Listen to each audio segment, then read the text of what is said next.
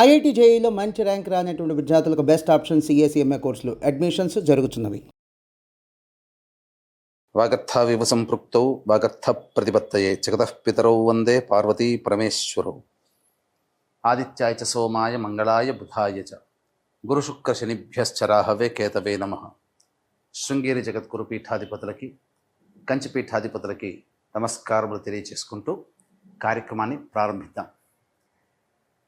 వీక్షించేటువంటి ప్రేక్షకుల్లో చాలామంది గత కొన్ని నెలలుగా ఈ పక్ష ఫలాల గురించి మనం తెలియచేస్తున్నాం. రాశి ఫలాలు చాలామంది ఎంతోమంది ఆదరిస్తున్నారు.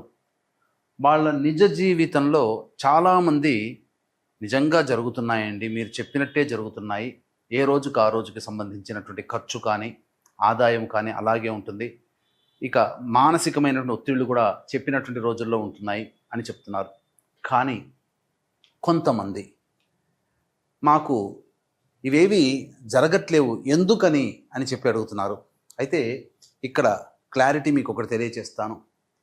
ముఖ్యంగా పేరును బట్టి కాకుండా జన్మ నక్షత్రము ఉండి జన్మ రాశి గనక ఉన్నటువంటి వాళ్ళు ఖచ్చితంగా ఆ రాశే చూసుకోవాలి. అది ఒకటి పాయింట్ గుర్తుపెట్టుకోవాలి. ఇక రెండో పాయింట్, చాలామంది ఈ జొడాయిక్ సైన్ సన్ ప్రకారం కనుక రవి ప్రకారం సూచించబడినటువంటిది. అంటే ఏంటి, జూలై 23 నుంచి ఆగస్టు 23 వరకు సింహరాశికి సంబంధించినటువంటి వాళ్ళు. ఈ జూలై 23 నుంచి ఆగస్టు 23 మధ్యలో పుట్టిన వాళ్ళు సింహరాశి చూసుకుంటున్నారు. అది తప్పు. మీరు పుట్టిన డేటు, టైము, ప్లేస్ను బట్టి మీకంటూ ఒక నక్షత్రము, ఒక రాశి ఉంటుంది. ఆ రాశి మాత్రమే చూసుకోవాలి. అయితే కొంతమంది మరి మాకు నక్షత్రాలు రాశులు లేవండి, మరి ఏంటి అన్నప్పుడు నామ నక్షత్రాన్ని బట్టి చూసుకోవాలి. అయితే ఇక్కడ కూడా చాలామంది పొరబడుతున్నటువంటి విషయం ఏంటంటే, ఉదాహరణకి లక్ష్మి అనే అమ్మాయి ఉంది. ఆ అమ్మాయి చూచే చోళ కాబట్టి లక్ష్మి అని అంటే అశ్విని నక్షత్రంగా భావించుకొని మేషరాశిగా భావించుకొని మేషరాశి ఫలాలు చూస్తున్నారు. కానీ ఆ లక్ష్మి అనే అమ్మాయికి తెలుసు తాను కన్యారాశిలో పుట్టాను అని చెప్పి. కన్యారాశి చూడకుండా నామనక్షత్రమైనటువంటి అశ్విని నక్షత్రం సూచించే లక్ష్మి అనే పేరుని సూచించే మేషరాశిని చూసుకోవడం వల్ల ఆ అమ్మాయికి ఫలితాలు తారుమారవుతాయి. కాబట్టి ఏత వాత చెప్పొచ్చేది ఏమిటంటే, కంక్లూజన్ ఒకే మాటలో చెప్పాలంటే, మీకు జన్మ నక్షత్రము ప్రకారము జన్మ రాశి ఉంటుంది. ఆ రాశిని బట్టే చూడాలి తప్ప సన్ జొడాయిక్ సైన్ అనగా ఈ మంత్లో పుట్టిన వాళ్ళు ఈ రాశి అని చెప్పుకుంటారు కదా, అది తప్పు. అది ఫాలో కాకూడదు. అలాగే మీకు జన్మ నక్షత్రము జన్మ రాశి తెలియకపోతేనే అప్పుడు నామ నక్షత్రాన్ని బట్టి చూసుకోవాలి. ఇది క్లారిటీగా అందరూ గమనించగల ప్రార్థన. అప్పుడే ఇప్పుడు నేను చెప్పబోయే ప్రతి పక్ష ఫలాలు చెప్పబోయే ఫలితాలు మీకు దాదాపుగా 90% మీకు సూట్ అవుతాయని చెప్పవచ్చు. ఇక గమనించుకున్నట్లయితే 12 రాశులకి సంబంధించినటువంటి ఫలితాలు మనం తెలుసుకునే ముందు ఈ యొక్క జూన్ 1వ తారీఖు నుంచి 15వ తారీఖు వరకు గ్రహ సంచారం ఏ విధంగా ఉందో తెలుసుకుందాం. యాజ్ యూజువల్గా శని మీనరాశిలో, రాహు కుంభరాశిలో, కేతు సింహరాశిలో, అలాగే శుక్రుడు మేషరాశిలో మరియు వృషభ రాశిలో రవి సంచారము, 6వ తారీఖు వరకు బుధుడు వృషభ రాశిలో, 7వ తారీఖు నుంచి బుధుడు మిథున రాశిలో, అలాగే గురువు మిథున రాశిలో, కుజుడు 6వ తారీఖు వరకు కర్కాటక రాశిలో, తదనంతరం 7వ తారీఖు నుంచి కుజుడు సింహరాశిలో మరియు కేతు కూడా సింహరాశిలోనే సంచారం చేస్తున్నాడు. కాబట్టి దీన్ని బట్టి ఫలితాలు ఆయా రాశుల వారికి ఏ విధంగా ఉండబోతుందో మనం తెలుసుకునే ప్రయత్నం చేద్దాం. ద్వాదశ రాశులలో భాగంగా 9వదైనటువంటి ధనుస్సు రాశిలో జన్మించినటువంటి వారికి జూన్ 1వ తారీఖు నుంచి 15వ తారీఖు వరకు ఏ విధంగా ఉండబోతుందో తెలుసుకునే ప్రయత్నం చేద్దాం. ఇక ఈ రాశిలో జన్మించినటువంటి వారికి 3వ స్థానంలో రాహు యొక్క సంచార ప్రభావం సంపూర్ణముగా అనుకూలంగా ఉండడం అన్ని విధాలుగా యోగదాయకంగా ఉంటుంది. నూతన వ్యక్తుల పరిచయము, తద్వారా సంఘంలో మీకు పేరు ప్రతిష్టలు పెరుగుతాయి. అవసరమైనటువంటి సమయానికి మీకు సహాయ సహకారాలు అందించే విధంగా మీ పరిచయాలు ఉంటాయని చెప్పవచ్చు. ఇక 4వ స్థానంలో మీనరాశిలో శని సంచారం చేస్తున్నటువంటి కారణం చేత అర్ధాష్టమ శని దోష ప్రభావం ఈ రాశి వారికి ప్రారంభమైంది. ఈ కారణం చేత చేస్తున్నటువంటి వృత్తి ఉద్యోగాల్లో పలు కీలక మార్పులు చోటు చేసుకుంటాయి. ముఖ్యంగా శారీరక శ్రమ, మానసిక ఒత్తిడి, బాధ్యతలు పెరగడం కంటే కూడా ఎక్కువ శ్రమించాల్సినటువంటి పరిస్థితి వస్తుంది. ఎంత కష్టపడ్డా ఫలితం అంతంత మాత్రమే. వ్యాపారంలోనైనా కానీ, ఉద్యోగంలోనైనా కానీ, వృత్తిలోనైనా కానీ గమనించగలరు. రుణాలు చేయాల్సినటువంటి పరిస్థితి వస్తుంది. ఇక మేషరాశిలో శుక్రుని యొక్క సంచార ప్రభావం వలన సంతానపరమైనటువంటి విజయం మీకు ఆనందాన్ని కలగచేస్తుంది. మరీ ముఖ్యంగా స్త్రీ సౌఖ్యం ఉంటుంది. ఆనందకరమైనటువంటి జీవితాన్ని పొందుతారు. సంఘంలో మీ హోదాని పెంచే విధంగా మీరు చక్కగా మీ డాబుసరితనాన్ని చూపించుకుంటారు. అనగా చక్కటి వస్త్రధారణ, గొప్పగా కనబడడం కోసం మీరు గృహోపకరణాలని కొనుగోలు చేస్తారని చెప్పవచ్చు. ఆభరణాలు కూడా మీరు కొనుగోలు చేయవచ్చు.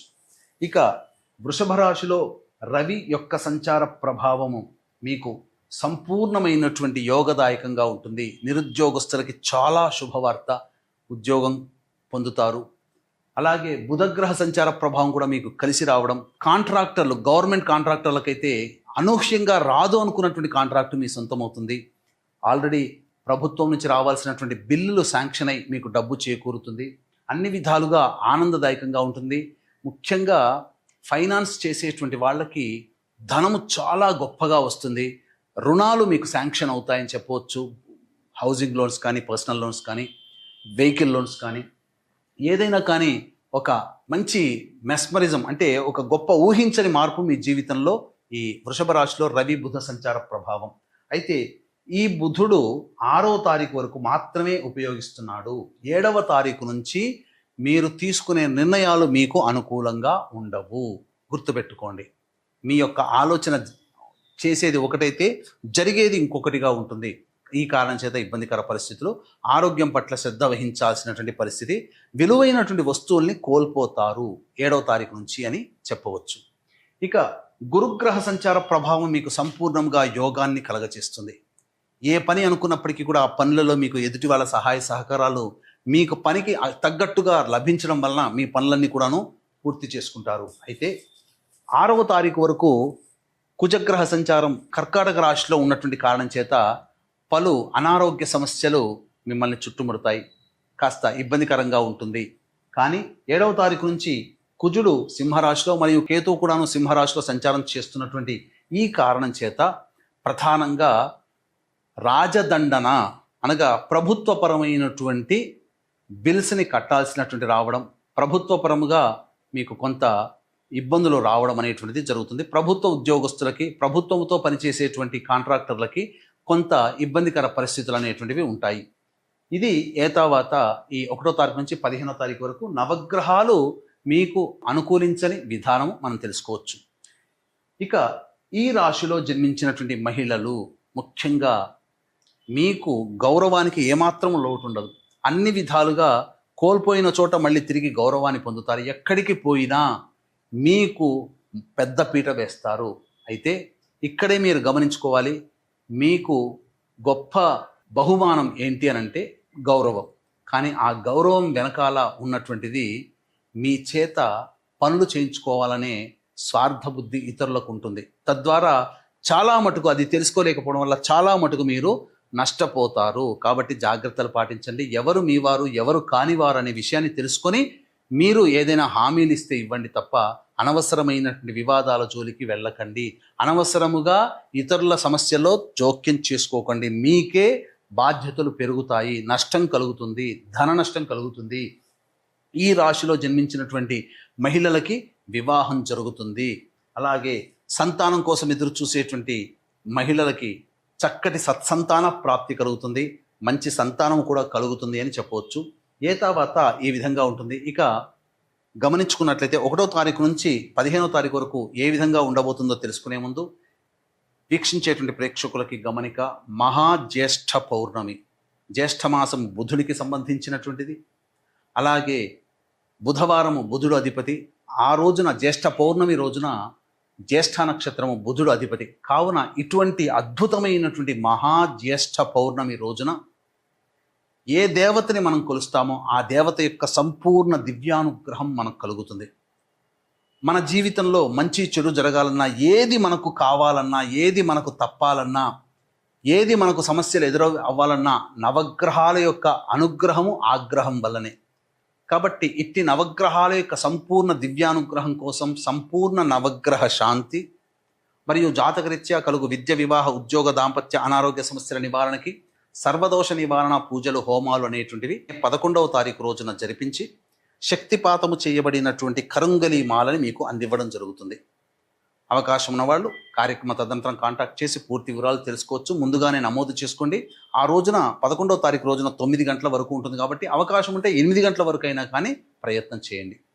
ఇక 1వ తారీఖు రోజున గమనించుకున్నట్లయితే అనారోగ్య సూచనలు, ధన నష్టము మరియు ప్రశాంతత లేని జీవితాన్ని గడుపుతారు. 2, 3, 4 తేదీల్లో సంతాన మూలకంగా సమస్యలు, ఖర్చులు పెరుగుతాయి. అలాగే సంతానంతో వాగ్వివాదాలు, విభేదాలు పెరుగుతాయి. వృధా కాలయాపన జరుగుతుంది. ఆస్తి సంబంధించినటువంటి గొడవలు పెరుగుతాయి. ఇక 5, 6, 7, 8, 9 తేదీల్లో చేస్తున్నటువంటి వృత్తి, ఉద్యోగ ఏ వ్యాపారంలోనైనా కానీ చక్కటి లాభదాయకంగా ఉంటుంది. ఆనందకరమైన జీవితంగా ఉంటుంది. ఉత్సాహంతో గడుపుతారు. విందులు, వినోదాలు, కుటుంబ సభ్యులు, మిత్రులతో పాల్గొంటారు. మంచి స్థితిలో ఉంటారు. మీ ఖర్చులకి మించిన ఆదాయం లభించడం ద్వారా గొప్ప ధైర్యంతో జీవిస్తారని చెప్పవచ్చు. ఇక 10, 11 తేదీల్లో కనుక చూసుకుంటే ఖర్చులు అధికంగా అవుతాయి. దూర ప్రాంత ప్రయాణాలు చేయాల్సినటువంటి పరిస్థితి, వృధా కాలయాపన జరుగుతుంది. ఒక జిగ్జాగ్ లాగా ఉంటుంది. ఏం చెయ్యాలో తెలుసుకోలేనటువంటి పరిస్థితి. అన్నిటికంటే మించి సరైన సమయానికి భోజనం చేయలేకపోవడం, నిద్ర పట్టకపోవడం లాంటి సమస్యలతో సతమతమవుతారు. ఖర్చులు అధికంగా అవుతాయి. 12, 13, 14 తేదీల్లో పెండింగ్లో ఉన్నటువంటి పనులని పూర్తి చేసుకుంటారు. అలాగే విందులు, వినోదాల్లో ఆనందంగా పాల్గొంటారు. ఉద్యోగస్తులకి మంచి ఉద్యోగం లభిస్తుంది. నిరుద్యోగస్తులకి కూడా ఉద్యోగం లభిస్తుంది. పాత మిత్రులను కలుసుకుంటారు. ఆనందంగా జీవిస్తారు. ఒక బాధ్యతని కంప్లీట్ చేసుకున్నామనే సంతోషంతో ఉంటారు. ఇక 15వ తారీఖు రోజున మీరు గమనించుకున్నట్లయితే కుటుంబ సభ్యులతో వాగ్వివాదాలు పెరుగుతాయి. ధనము ఖర్చు అవుతుంది. ప్రశాంతత లేని జీవితాన్ని గడుపుతారు. ఇవి 1వ తారీఖు నుంచి 15వ తారీఖు వరకు మన దైనందిన కార్యక్రమంలో జరిగే మంచి, చెడు, ఆదాయము, ఖర్చు. అయితే ఇక్కడ మీ యొక్క జన్మ జాతకరీత్యా భవిష్యత్తులో ఇంకా మీకు ఏం జరగబోతుంది అనేటువంటి విషయం తెలుసుకునే ముందు దగ్గరలోని మంచి ఉపాసన పరులైనటువంటి సంప్రదించినట్లయితే, వారి సలహాలు, సూచనలు పాటించినట్లయితే ఇంకా మెరుగైనటువంటి జీవితాన్ని మీరు పొందుతారని తెలియజేయవచ్చు. అలాగే ఈ జూన్ 11వ తారీఖు రోజున మహాజ్యేష్ఠ పౌర్ణమి రోజున సంపూర్ణ నవగ్రహ శాంతి మరియు జాతకరీత్యా కలుగు అన్ని రకాల దోష నివారణకి సంబంధించి సర్వదోష నివారణ పూజలు, హోమాలు మీ గోత్రనామాదులతో జరిపించి శక్తిపాతము చేయబడినటువంటి కరుంగలి మాలని మీకు అందివ్వడం జరుగుతుంది. అవకాశం ఉన్న వాళ్ళు కార్యక్రమ తదనంతరం కాంటాక్ట్ చేసి మీ గోత్రనామాదులు నమోదు చేసుకోవచ్చు. సర్వం శ్రీ ఉమామహేశ్వర పరబ్రహ్మార్పణమస్తు.